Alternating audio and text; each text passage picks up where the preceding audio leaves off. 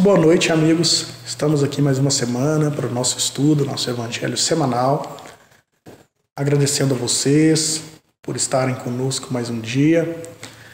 Vamos, inicialmente, rogar a proteção dos nossos mentores espirituais, dos mentores espirituais da nossa casa espírita, para que possamos, juntos, estudar mais um pouquinho do evangelho de nosso Senhor Jesus Cristo, e que possamos não só ter a compreensão das lições que Ele quis nos passar, mas também que possamos tornar prática essas lições, inserir essas lições na nossa vida diária, no nosso exercício cotidiano. Então, com a bênção dos nossos mentores espirituais, com a certeza de que o Mestre Nazareno se encontra conosco, pois foi Ele mesmo que disse que quando 2 ou mais pessoas se reunissem em seu nome, Ele ali se encontraria. Vamos dar início aos trabalhos desta noite. Pois bem, amigos, vamos dar início, continuar a nossa sequência de estudo das parábolas de Jesus à luz da doutrina espírita. E a parábola que nós vamos tratar hoje é a parábola da figueira seca. É uma parábola bem interessante e a gente tem seguido inicialmente uma linha que versa, vamos dizer, sobre o mesmo contexto, usa do mesmo contexto, da mesma simbologia, digamos assim, da agricultura, do plantio da época. Tem mais a ver com esse tema, para que a gente possa bem compreender os ensinos de Jesus. E a parábola da figueira seca é uma parábola bem interessante também, que assim como a última parábola que estudamos, que foi a parábola do joio e do trigo, o próprio Mestre, o próprio Jesus nos traz elementos para esclarecer essa parábola. Então a gente vai ver que ela começa em alguns versículos, dá um salto e depois o texto bíblico retoma a esta parábola. Então a gente vai ter a primeira parte, digamos assim, dessa parábola no Evangelho de Marcos, no capítulo 11, versículos 12 a 14. Posteriormente, Marcos retoma a passagem sobre essa parábola também no capítulo 11, mas nos versículos 20 a 23. A gente vai ver que vai ter um hiato aí entre as passagens. A primeira parte, podemos dizer assim, é a parábola propriamente dita.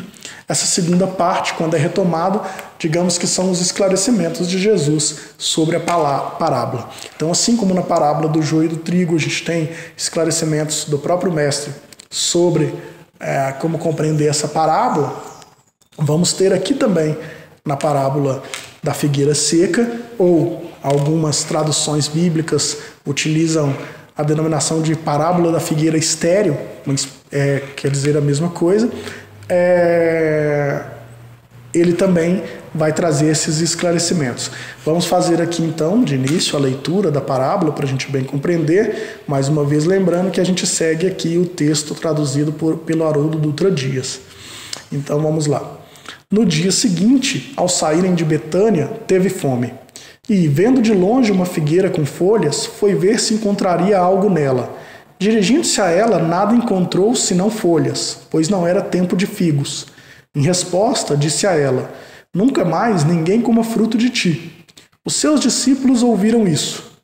Ao raiar do dia, passando no local, viram que a figueira havia secado a raiz. E Pedro, lembrando-se do fato, lhe diz: Rabi, eis que a figueira que amaldiçoaste está seca. Em resposta, Jesus lhe diz: Tende fé em Deus. Amém, vos digo que quem disser a este monte, sejas tirado e lançado ao mar, e não duvidar no seu coração, mas crer que o que está dizendo acontece, assim será para ele. Então, vamos fazer como a gente costuma fazer, vamos analisando, digamos assim, pormenorizadamente essa parábola, e a gente já vê aqui que o próprio esclarecimento que Jesus traz, dessa vez ele não está tão claro como na parábola do joio e do trigo. Mas vamos por parte. Inicialmente, o que eu quero dizer é contextualizar essa parábola no livro, no estudo do próprio Allan Kardec, no Evangelho segundo o Espiritismo. Porque quando escolhi trazer aqui como tema para nossas reflexões as parábolas, é interessante notar, acho que todos, a grande maioria que nos assiste já acompanha, faça o Evangelho no Lar, estudando o Evangelho segundo o Espiritismo, mas digamos que muitos estão nos acompanhando pela primeira vez, ou nos acompanhando pelo início, e ainda não teve oportunidade de abrir ou ler com mais cuidado, estudar o Evangelho segundo o Espiritismo. A gente vai ver que sempre a Kardec estuda, em cada capítulo, sempre está trazendo algumas parábolas. Então, as parábolas são tão importantes e elas trazem os ensinamentos do Cristo que no Evangelho segundo o Espiritismo, quase todos os capítulos, em sua grande maioria, vai trazer alguma parábola.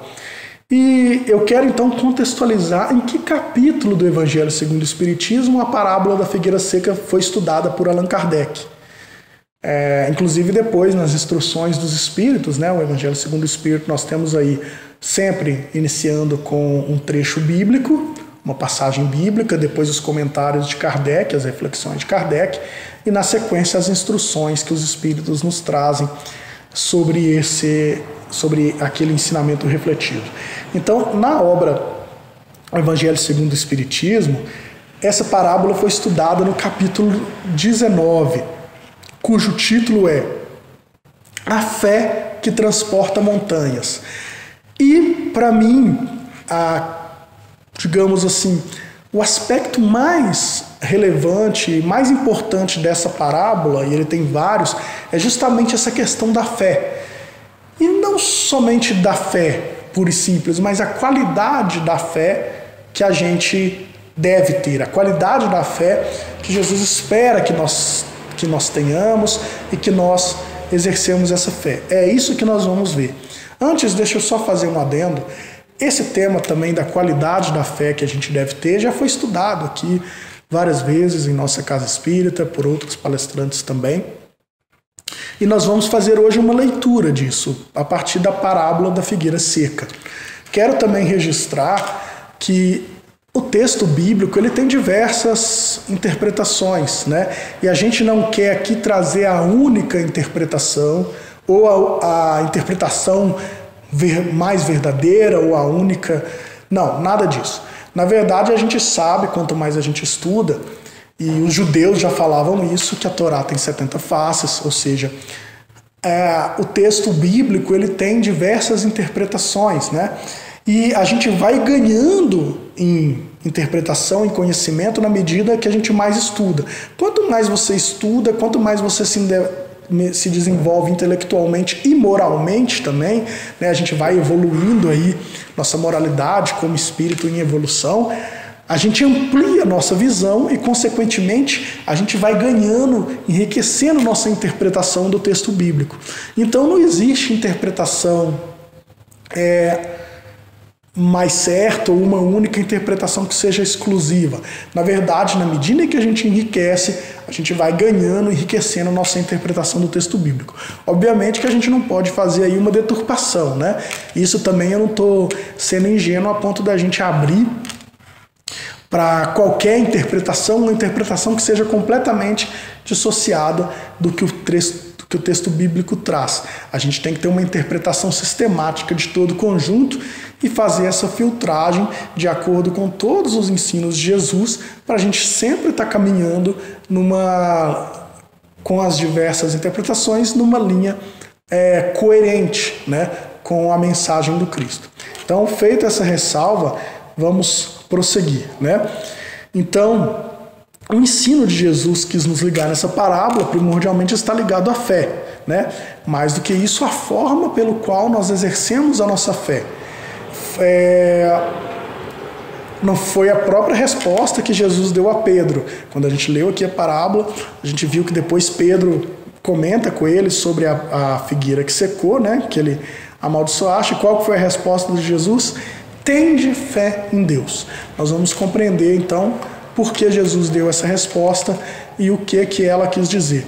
Da mesma maneira, tem uma passagem muito interessante, né, nessa parábola, que a fé move montanhas, né, ou que Jesus diz ali, dá a resposta que sejas tirado, quem disser a este monte, sejas tirado e lançado ao mar, e não duvidar no seu coração, mas crer que o que está dizendo acontece, assim será para ele. E daí vem aquele trecho também que a gente conhece bastante do A Fé Move Montanhas, e aí nós vamos entender, que sempre me despertou muito a curiosidade, nós vamos compreender o que quis dizer Jesus quando fala que a fé é capaz de mover montanhas, né? Então vamos à nossa análise pormenorizada da parábola. Então a parábola começa com a seguinte frase: no dia seguinte, ao saírem de Betânia, teve fome. Uma das autoras, né, espíritas que eu gosto de acompanhar o estudo das parábolas, para sempre trazer essas reflexões para nós aqui, é Eliane Batista Alves. E ela começa analisando essa parábola com uma grande reflexão. Que fome é essa que Jesus teve? Né? Essa seria uma fome material, da mesma forma que estamos aqui às 7h30 da noite, agora um pouquinho mais, almoçando, a gente daqui a pouco está sentindo nossa fome, né? Quem fazia um lanche, um jantar, alguma coisa. Será que é essa fome que Jesus sentiu? Né? Ela começa fazendo esse questionamento, e é um questionamento muito importante que vai permitir com que a gente comece a estabelecer aí e nos lembrar que a parábola ela trata de simbologia, né? Ela tem toda uma simbologia carregada e muitas vezes a gente não deve interpretar ela literalmente, a gente deve extrair o espírito da letra. É certo que não é uma fome material, né? Foi apenas um recurso que Jesus usou, um recurso, digamos assim, metafórico ou de simbolismo para nos trazer um ensinamento. Jesus, obviamente, com a iluminação espiritual que ele tem, ele possui domínio absoluto do espírito sobre a matéria, né? Razão pela qual ele jamais seria assolado de fome material. E tanto é verdade que ele sobrevive. Quando ele vai para o deserto, ele jejua ali durante 40 dias e ele passa por esse jejum, ele tem esse domínio, né, do espírito sobre a matéria. Então não era dele sentir fome como a gente, meu Deus, estou morrendo de fome, né? Então a gente já começa por aí ver que não é essa fome material que Jesus estava se referindo quando a parábola diz que ele sentiu fome, né? No mesmo sentido, lá no deserto, como ele mesmo nos trouxe a resposta, né? Não só de pão vive o homem, né? Igualmente, aqui me veio à mente ontem, só para ficar claro, estou falando aqui ontem, porque a gente grava essa palestra antes, a gente estava no estudo, às quartas-feiras, o estudo virtual que a gente tem feito sobre o livro Nosso Lar, e a gente tratou ontem do capítulo que versa sobre o alimento, né? Como é que houve uma transmigração de um alimento mais material, né, para um alimento muito mais fluídico na colônia Nosso Lar. E como é que isso demorou praticamente uns 30 anos ali para o governador do Nosso Lar conseguir fazer essa transição, haja vista a dependência que muitos de nós, quando desencarnamos, ainda sentimos desse alimento material. Então, por que eu estou trazendo isso? Porque a gente vai ver que é possível, você estuda ali, a alimentação, a gente extrair o que a gente necessita, o que nosso espírito necessita, dos elementos da natureza, né? Jesus, ele era mestre, foi o espírito mais evoluído que já passou pela Terra, e ele consegue, então, ter esse domínio. Então, não é essa fome que ele sentia, né? Imagina, se o Nosso Lar, que é uma das colônias espirituais mais próximas da Terra, né, também está, de certa maneira, dentro do umbral, eles já conseguem hoje ter uma alimentação muito mais fluídica, quem dirá Jesus. Então não é sobre a fome material que Jesus estava se referindo. A fome que Jesus sentia era uma fome espiritual, né, qual seja... Como podemos definir essa fome espiritual de Jesus? É o imenso desejo que ele tem de que nós, homens, coloquemos em prática, sem mais tardar, sem mais delongas, seus ensinamentos, né? Então era essa fome que ele sentia, né? Ele estava ali, muito antes dele vir ao orbe, ele já tinha mandado diversos emissários, estava ali passando sua mensagem, não só através da fala, mas vivenciando ela. Então a fome que Jesus tem sentido é essa, é dele a gente conseguir assimilar e exercer, né, esses ensinamentos dele. E essa interpretação eu não estou tirando aqui, não sou eu que estou fazendo, não estou tirando. Essa interpretação a gente tira do próprio Evangelho.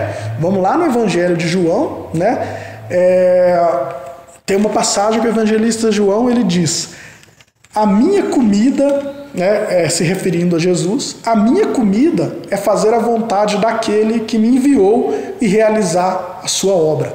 Ou seja, exatamente aqui Jesus, nessa passagem trazida pelo evangelista João, está esclarecendo essa fome que ele sente e que retrata na parábola da figueira seca, que é a fome de realizar, né, de tornar realidade essa vontade do Pai que enviou a ele para realizar essa obra. Que obra? Tornar o Evangelho, a implantação do reino dos céus, tornar o Evangelho factível aqui no orbe mesmo, né? A gente assimilar e praticar esse Evangelho. Então essa é a fome que Jesus sentiu. Era isso que ele estava buscando ali, quando simbolicamente retrata, e nesse início diz na parábola da figueira seca que ele sentiu fome, né? Essa fome de realização da obra, né? Essa fome de exercício da verdadeira fé, que a gente ainda vai ver mais detalhadamente, mas significa viver de acordo com as leis de Deus, né?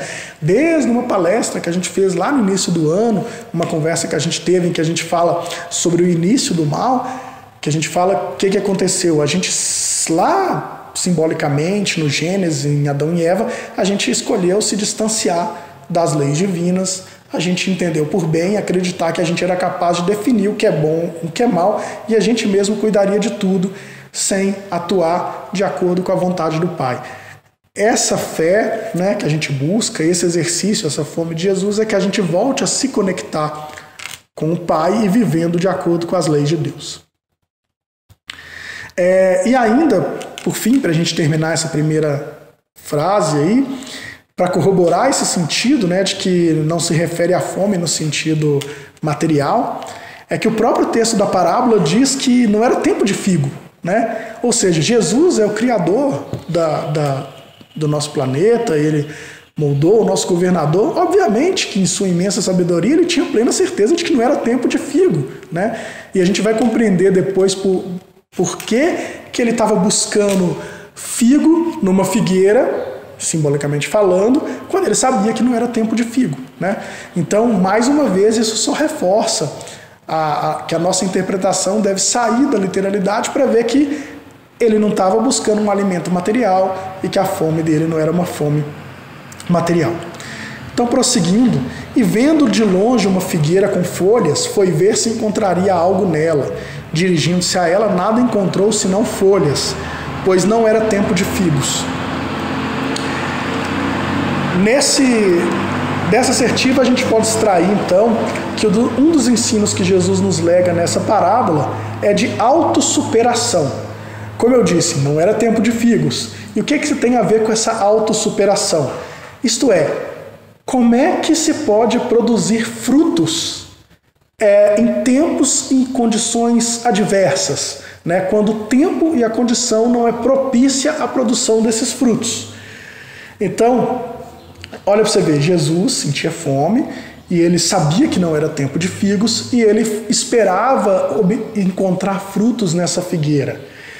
É possível isso? Veremos, é possível sim, né? E é o que Jesus espera, a nossa autossuperação, né?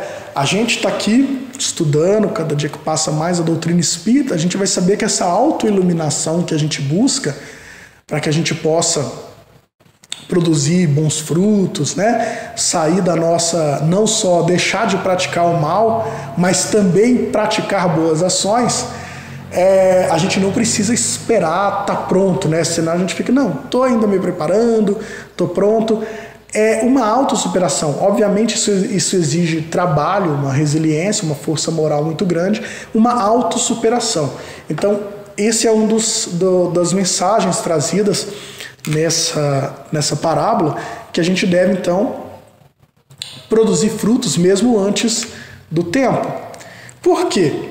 Vejamos, e essa árvore, essa figueira, né? Vamos comparar agora essa figueira conosco, simbolicamente, como se a figueira fosse nós.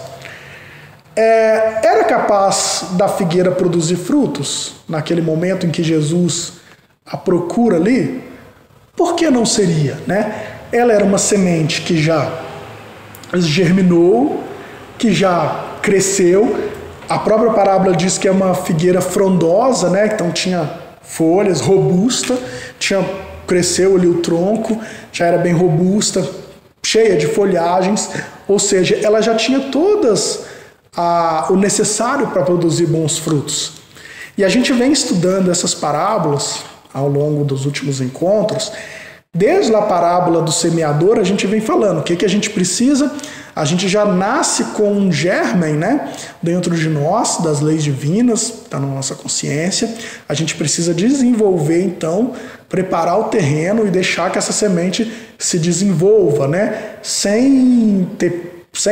alijando, cuidando desse terreno, porque alijando o terreno pedregoso, né, não deixando que ela fique na superfície.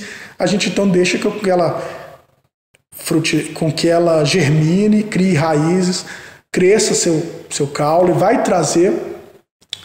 se produzir as folhas, né? Vai entrar nesse ciclo. Então, veja que nessa parábola a gente está tratando não está mais tratando da germinação. A gente está falando de um momento em que já houve uma germinação, que essa árvore já se encontra formada, frondosa, né? Ainda só não está produzindo frutos, mas ela já se encontra, digamos assim, numa fase bem madura, bem adulta, né? E comparando conosco, depois de 2000 anos que Cristo aqui esteve conosco, encarnado, a gente já chegou a um momento de maturidade espiritual. Muitos de nós ainda não estamos exercendo, né? Não estamos produzindo frutos, mas o planeta Terra, a gente já chegou no momento de maturidade espiritual, tanto que a gente já entra, então, nessa fase de transição planetária, tema que a gente também já teve a oportunidade de conversar. Então, comparando nós com a árvore, nós estamos exatamente nesse momento.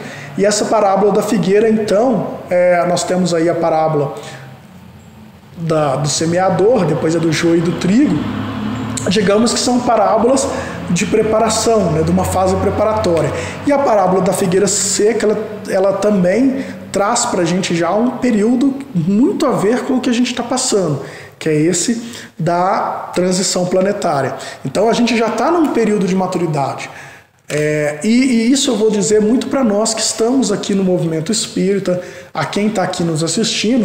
A gente já teve a oportunidade, essa raizinha que está no nosso, esse germen que está no nosso coração, a gente já teve a oportunidade de desenvolver, né? Senão a gente não estava aqui nesse momento, uma segunda-feira à noite, assistindo esse vídeo, né? A gente estando aqui, e não só no Espiritismo, mas quem está em outras escolas religiosas também, é porque já tem um certo desenvolvimento desse germen, né, desse germen do Evangelho, da raiz, né, da raiz não, da semente da árvore do Evangelho. A gente já tem isso desenvolvido. Então demonstra que a gente está nesse período de maturidade.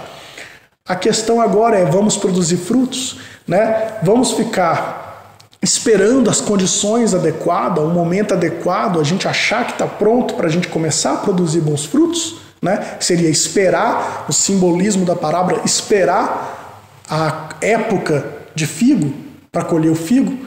Não, o que Jesus espera da gente? Que a gente dê bons frutos já, né? Mesmo antes, essa autossuperação, a gente pode produzir bons frutos antes né? Não precisamos ser perfeitos ainda ou ter concluída nossa reforma íntima para a gente ser caridoso, para a gente ser fraterno, né? Como já ressaltado em diversas oportunidades aqui pelos colegas, né, que também vêm aqui palestrar ou falar com a gente, não é só através de material, de doação de dinheiro, de material que a gente pratica essa fraternidade, que a gente pratica bons frutos. Há várias maneiras de ser caridoso, de ser fraterno, né? Amparando, uma boa conversa, né? Consolando. Então vamos produzir bons frutos desde já, vamos nos superar, porque todo o necessário para produzir a gente já tem. Se a gente busca dentro de uma escola religiosa esse conforto material, é porque a raiz já está firme, já está forte. Agora a gente tem que produzir os frutos. E como isso é possível, né? Como que é possível produzir bons frutos antes do tempo da colheita do figo, antes do tempo, né, da produção de frutos? Jesus nos dá a resposta, né? Como é justamente pela fé inabalável. É a resposta que ele dá a Pedro: tende fé. E é uma fé qualquer? Não.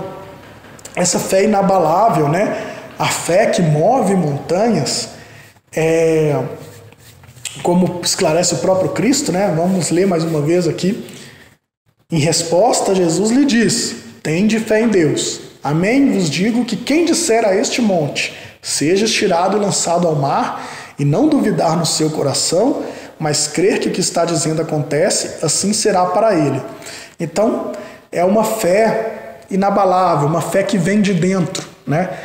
É interessante porque eu falo, a gente que está aqui no movimento espírita, quem está nas casas, né, nos templos das mais diversas escolas religiosas, ele já tem o início dessa fé. Só que a gente tem que ter uma consciência que a fé mesmo que Jesus está se referindo é uma fé interna, né? É uma fé que a gente não vai encontrar em templo de pedra, que a gente não vai encontrar vindo aqui dentro da casa espírita. A gente pode vir aqui para desenvolver, ajudar nós mesmos, né, a nos ajudar a desenvolver essa fé interna, essa fé que vem de dentro. É essa fé que move montanhas, né? O Kardec, ele cunha uma expressão para essa fé. Ele fala que é a fé que comove as fibras do coração, né? Porque também ela não pode estar na externalidade. Não adianta eu só frequentar a casa espírita se eu não tiver uma convicção, uma fé tão forte que vai me fazer superar todos os obstáculos e produzir bons frutos, né? Então não adianta eu ter, isso os fariseus já faziam, eu ficar vindo, né? Mas não ter a prática das boas obras, né? Só ter essa aparência. Eu não estou sendo mais nada que não uma figueira frondosa e cheia de folhas, mas que não produz frutos, né? Então a gente tem que trazer essa fé, criar essa fé que está dentro de nós, né? E o fato, relembro mais uma vez, o fato da gente estar aqui nesse momento estudando significa que ela está enraizada dentro da gente. A gente tem que agora fazer com que ela produza bons frutos. Então, em que consiste essa fé, né? Mais uma vez, nas boas obras, na prática da caridade, vivenciando efetiva e plenamente as leis de Deus. Lembremos, nós somos criados à imagem e semelhança de Deus. Então, potencialmente perfectíveis e co-criadores em plano menor, né? Esse é um conceito que a gente extrai de André Luiz lá na obra Evolução em Dois Mundos. Somos co-criadores em plano menor, porque a gente também é executor do verbo divino, né? Então, a gente sabe que Deus disse, faça, né? E Jesus, como seu executor, criou todo esse mundo que a gente vive. Mas nós também somos co-criadores em plano menor, né? A gente também pode ser executor do verbo divino. Como é que a gente faz isso? Através das boas obras. Lembremos que Deus age através das pessoas, através das circunstâncias. Então, quando a gente exerce essa fé inabalável, quando a gente vivencia as leis de Deus, pratica caridade, pratica a fraternidade, né, a gente está sendo co-criador em plano menor, a gente está sendo a mão de Deus, o verbo executor de Deus, né? A gente está fazendo a sua vontade. Então é nesse sentido que a gente tem que ter essa fé inabalável. E não é necessário, então, que para a gente exercer, para a gente ser caridoso, a gente espere as condições estar favoráveis, né? Que o ambiente externo esteja pronto, esteja preparado, propício para isso, né? É o tempo da colheita, da figueira. E por que isso? Por que Jesus espera, então, que a gente já antecipe e dê bons frutos antes, mesmo em condições adversas? Quando que é mais necessário a ajuda, né? Quando que as pessoas estão mais necessitadas de amparo, de consolo, de que a gente seja solidário e caridoso? Em momentos de dificuldade. Então não é num ambiente propício, num ambiente, digamos assim, completamente pronto, que as pessoas vão ter maior necessidade de amparo, maior necessidade do fruto, né? Se tiver todo mundo saciado com alimento em abundância, não há tanta necessidade de que aquela árvore dê bons frutos. Quando que vai ser extremamente necessário que os frutos ali? Quando há escassez de alimento, quando você literalmente sente fome, né? Aí sim vai ser necessário. Então a gente não pode esperar o momento em que tudo seja favorável, né? Em que a gente vai ter produção de frutos em abundância. O momento que é mais necessário que a gente entregue esses frutos é agora, né? É no momento de dificuldade. Vejamos o momento que a gente tem passado, né? Hoje, com a pandemia, com a crise econômica que se instala cada vez mais, as pessoas, todos nós em algum sentido, uns vão ter necessidade material, outros, né? O índice de suicídio tem aumentado bastante, muitas pessoas em depressão. O momento que a gente precisa entregar bons frutos é agora, né? Se a gente esperar tudo ficar bem, quanto mais a gente avança na evolução e entra nesse mundo de regeneração e regenerado, as coisas se tornam melhor e a gente tem menos premência, menos urgência e necessidade dos bons frutos. Os bons frutos a gente precisa ter agora, né? Então agora que é o período, é aquela questão, se tudo está bem, a gente vamos pegar um exemplo, sei lá, por exemplo, do corpo de bombeiros. É no período de turbulência, é no período de queimada que eles são mais necessários. No período em que está tudo bem, eles ficam ali prontos para estar em ação, mas não são tão necessários. Ou seja, é no momento que está pegando fogo, que as coisas estão desfavoráveis, que o ambiente é adverso, que eles são mais necessários. Da mesma forma, é no período de fome, é no período de escassez de alimento, é nesse período que os frutos são mais necessários para saciar essa fome. Então a gente é chamado, por isso agora a gente compreende a fome de Jesus. Por que Jesus estava esperando ali, né, sua imensa fome, de que essa árvore, essa figueira produzisse frutos, já mesmo não sendo tempo de figo? Por quê? Porque é o momento que a gente mais precisa. Então somos todos aqui no movimento espírita ou nas demais escolas religiosas, nesse momento de transição, nesse momento em que há uma exorbitância do mal, das crises, é nesse momento que nós, querendo produzir bons frutos, realizar nossa reforma íntima, devemos agir. É nesse momento que devemos, ainda que ainda não estejamos prontos, completamente prontos, ainda que estamos aí iniciando, né, nossa reforma íntima, não é necessário esperar concluí-la para ser caridoso a alguém, para ajudar o semelhante, né, para produzir esses bons frutos. A gente pode desde já, né? Esse é que é a importância, né? Então é isso que Jesus espera de nós, né? É justamente, vamos trazer aqui para a gente tentar compreender melhor. Eu quis trazer alguns exemplos e abordar por vários aspectos para que fique bem clara essa ideia, né? É justamente em ambientes escuros, adversos, que a luz se faz mais necessária. né? Num ambiente já claro, obviamente, quanto mais luz, melhor. Mas num ambiente completamente iluminado, essa luz ela vai se somar e vai ser importante para não deixar que volte a escuridão e que a escuridão se estabeleça, mas é num ambiente de escuridão que a luz se faz mais necessária, né?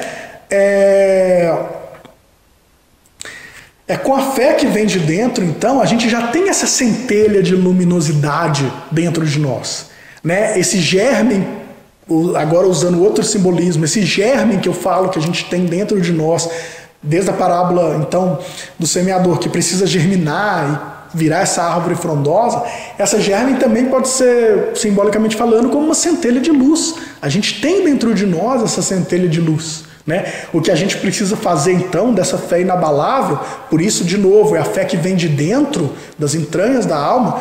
A gente precisa então pegar essa centelha e acender ela, ainda que ela torne uma luz pequenininha, né? A gente não vai iniciar nossa reforma íntima ou progredir nela, mas ainda que essa centelha já se torne uma chamazinha pequena, ela ilumina. E para quem está próximo ali dessa centelha, ela vai fazer diferença. E na medida em que a gente continua se iluminando, praticando boas obras, essa chama vai se tornando maior e ela vai iluminando num raio cada vez maior. Então a gente começa assim, numa centelhazinha, uma chamazinha, a gente vai produzir bons frutos no nosso redor, né, num raio menor dessa chamazinha, e ela vai crescendo e produzindo bons frutos num raio cada vez maior. Por isso que a gente já disse aqui várias vezes que ninguém deve esperar começar também assim, nossa, agora eu vou ser caridoso, eu vou mudar o mundo. Não, ninguém vai mudar o mundo de hoje para amanhã. É através de pequenas ações, praticando essas boas ações, elevando sua moralidade aos pouquinhos, e aí a gente vai ampliando o nosso raio de ação, nós vamos ampliando o raio em que as nossas boas obras vão surtindo efeito, né?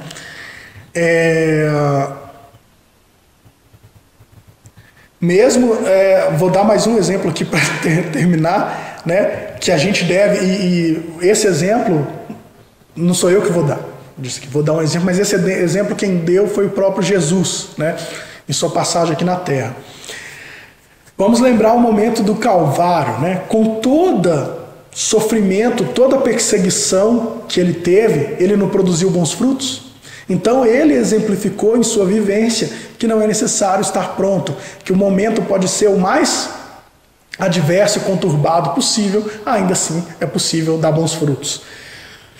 Tá bom, mas ainda somos espíritos muito longe de chegar no nível do Cristo, o nível evolutivo do Cristo. Tá bom, mas e os cristãos primitivos, né? A gente sabe, voltando no cristianismo primitivo, os 300 anos, eles legaram muitas boas obras, né? A Casa do Caminho, a gente sabe como eles pregavam assistência, como eles auxiliavam e como eles sofreram perseguições ali pelos romanos, né? Então, mesmo com todas as condições adversas, eles tiveram bons frutos. Quantos santos e mártires, depois da igreja e enviados por Jesus, também nos sofreram perseguições, e mesmo com todas essas perseguições e condições adversas, eles nos legaram bons frutos.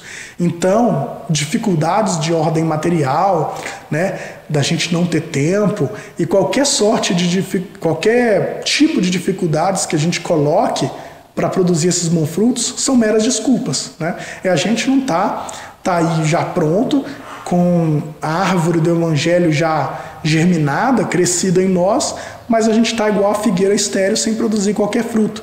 A gente devemos então parar de se amparar nessas mais diversas dificuldades, desculpas, e produzir esses bons frutos, né?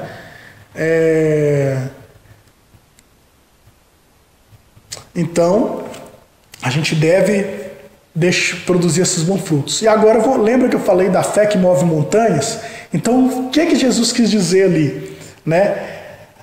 Vou repetir mais uma vez essa passagem. Amém vos digo que quem disser a este monte, seja tirado e lançado ao mar, e não duvidar no seu coração, mas crer que o que está dizendo acontece, assim será para ele. A fé que move montanhas. Desmistificamos essa passagem, né? Tornamos mais claro aqui na nossa interpretação essa passagem. A fé que move montanhas, essa montanha, ela significa um obstáculo, né? Quando a gente está se dirigindo de um lugar, viajando de um lugar para o outro, e no meio do caminho a gente encontra uma montanha, uma série de montanhas, é um obstáculo vencer essa montanha para a gente prosseguir nosso caminho. Então, quando essa fé é capaz de mover montanhas, isso significa que essa fé nossa é tão forte, tão grande, que a gente é capaz de superar todos os obstáculos. Então não precisamos ter medo. Se a nossa fé for forte, a gente não precisa ter medo desses obstáculos, né? Usar esses obstáculos, essas dificuldades, esse período adverso como desculpa, né? Em virtude da pandemia, eu não vou sair para ajudar o próximo, né?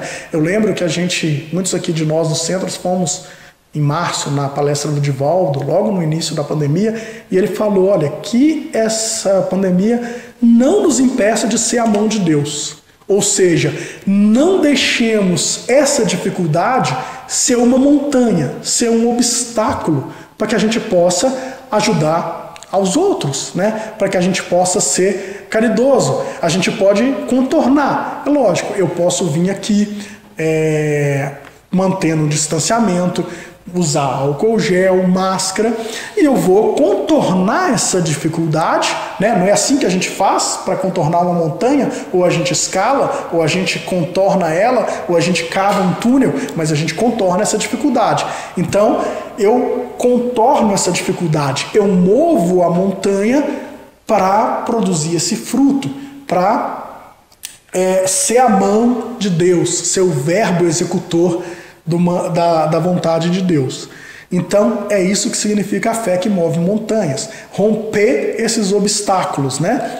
E finalizando, né? Quando a gente começa a exercer boas obras, quando a gente começa a ser caridoso, obviamente que a gente está elevando o nosso padrão de moralidade, a gente está avançando na nossa reforma íntima. E, sobretudo, a gente está elevando o nosso padrão vibratório. A gente está estabelecendo uma conexão com o alto. E cada vez que a gente mantém uma conexão com o alto, um padrão vibratório elevado, a gente permite que os missionários de Deus, aqueles espíritos mais evoluídos, se aproximem de nós. E com certeza, auxílio não faltará. Então, além dessa fé sua intensa que vai romper os obstáculos, quanto mais fé eu tenho, quanto mais eu vou buscar romper os obstáculos para praticar a obra divina, praticar a vontade de Deus, agir de acordo com a lei de Deus, ser fraterno, ser caridoso, mais auxílio do alto eu vou receber. É um ciclo, é um círculo, né? Eu pratico mais auxílio do alto eu recebo, e eu vou ampliando o raio de ação dos meus frutos, né? Por isso que Jesus vai dizer, né, também nesse finalzinho aqui, você extrai também que, mas crer que o que está dizendo acontece, assim será. Ou seja, se você crer e agir, você vai elevar seu padrão vibratório, vai receber o auxílio do alto, e assim acontecerá. Então sejamos confiantes que podemos produzir bons frutos desde já, né? Mesmo sem ter iniciado, sem ter concluído essa reforma íntima, porque já estamos buscando essa fonte do Evangelho, e na medida em que a gente supera esses obstáculos, tem a fé de que a gente pode superar esses obstáculos, a gente recebe o auxílio do alto, e tudo que a gente pede com essa fé inabalável, assim acontecerá. Tá certo? Então,